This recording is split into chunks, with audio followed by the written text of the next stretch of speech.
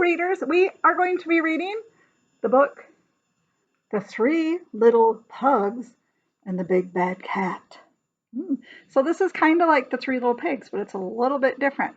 So the next video that you will see, we're going to do a different book about that's kind of the same, like the spin-off of The Three Little Pigs. And then we'll do a little comparing and contrasting between this book and the other one.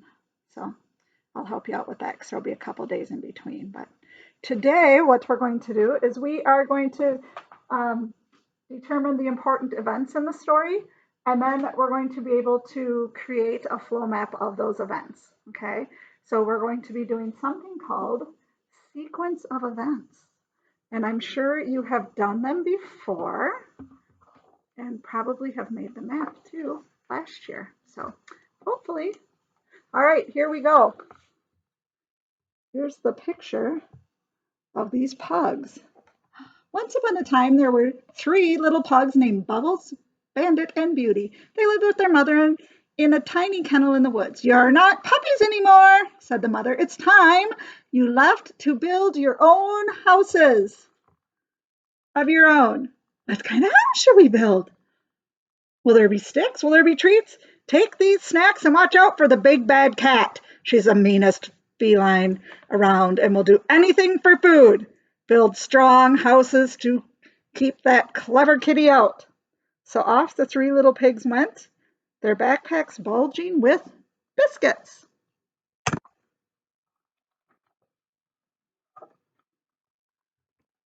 Bandit and Beauty bounded ahead while Bubbles dragged his paws back. "I'm starving," he wailed, plopping himself down on the ground. "Can't I just eat a couple treats?" "You have to build the house first. Remember, big bad cat," warned Beauty. "Come back here, tail." He's chasing his tail. Whoops, sorry, I hit the computer. He's chasing his tail. He's not even paying attention to what's going on. "Fine, Bubbles, look around. Then I'll build my house right here, out of this straw." And that's exactly what he did.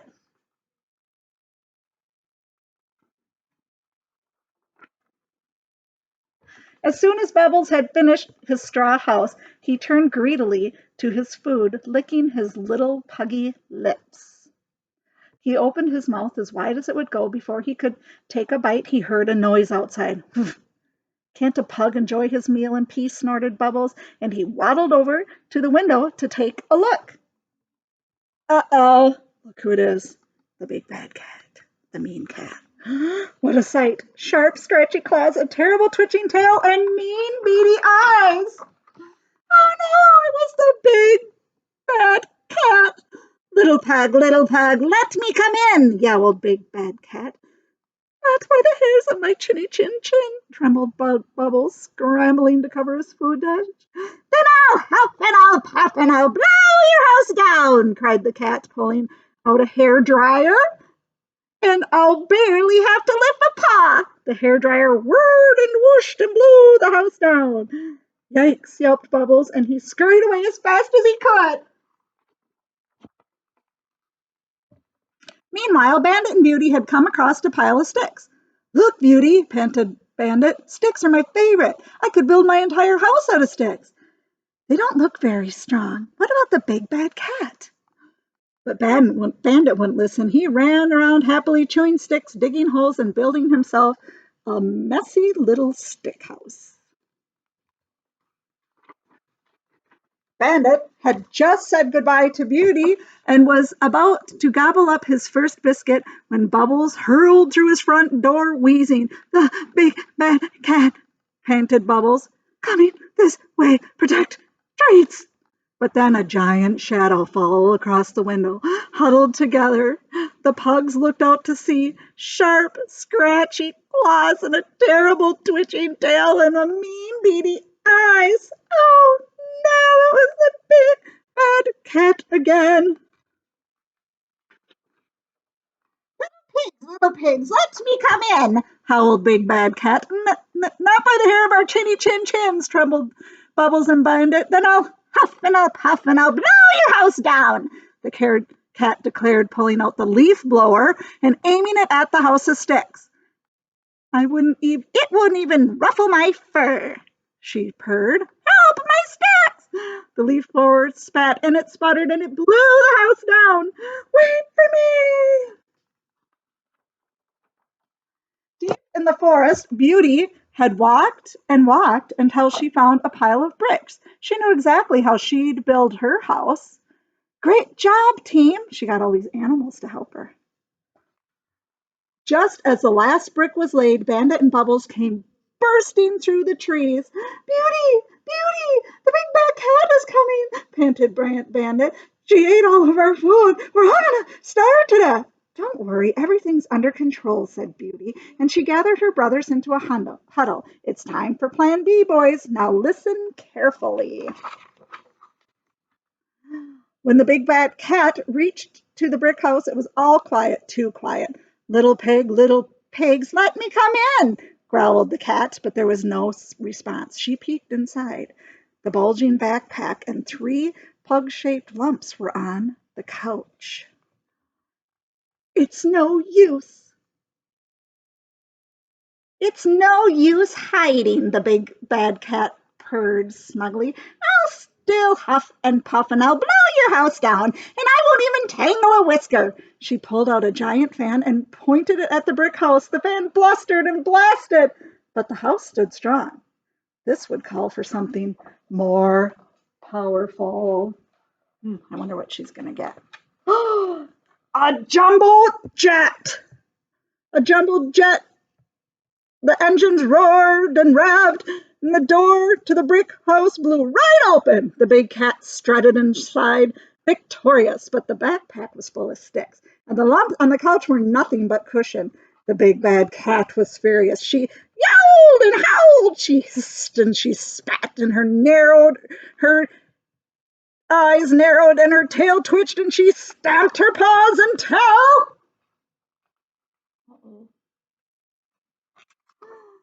Muffin! A voice called through the trees. Oh, Muffin! Time for Din Din! With a flick of her tail, the cat trotted back home through the woods, discarding her disguises. There you are, my itty-bitty muffin pie, said Mrs. Honeybun, scooping her up. If she only knew. I have the most wonderful surprise for my pretty witty Muffy Wuffy. Come with me, princess. And she carried her inside the house. Look who's joining the family. I just know you're going to be best friends. And the 3 little pigs and the big bad cat lived happily ever after. Well, almost. All right. So you liked that version. I think it's super cute. So we're going to make a flow map today, okay? So what we need to do is stop and think. What was the first thing that happened that was important? So I think that it would be that the pugs left home.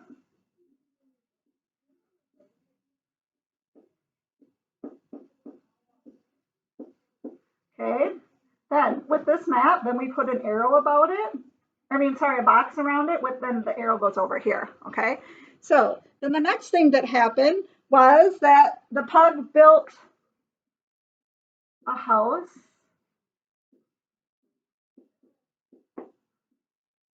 A straw house, right?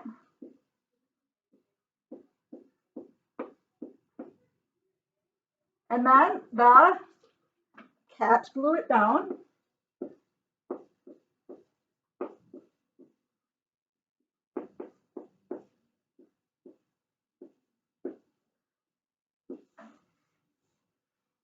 Okay, and then the next thing was Pug built a straw house. Not straw, sorry, stick.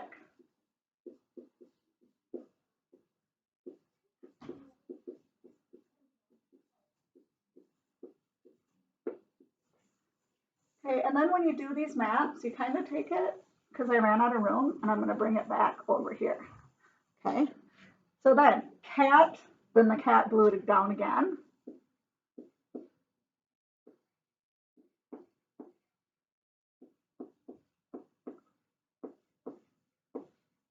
Okay.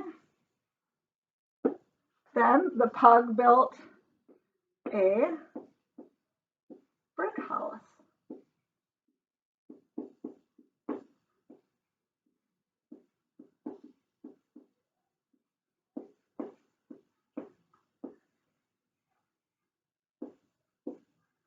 And then the cat couldn't get that one down, could he?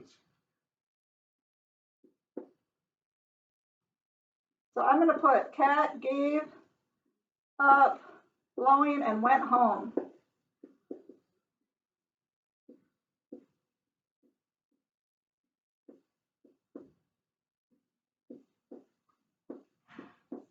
And then the last one was the pugs moved in with the cat.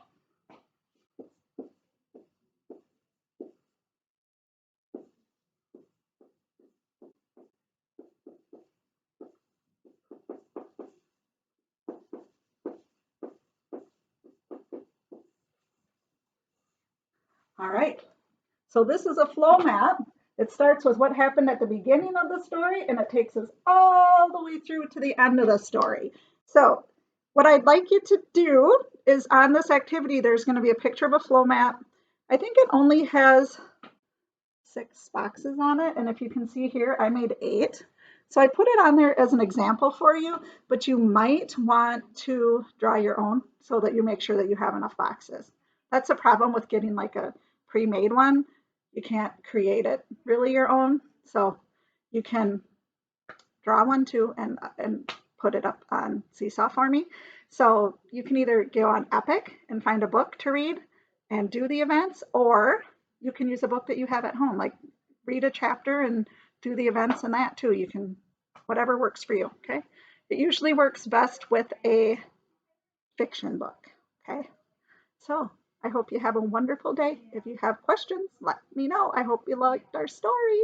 Bye.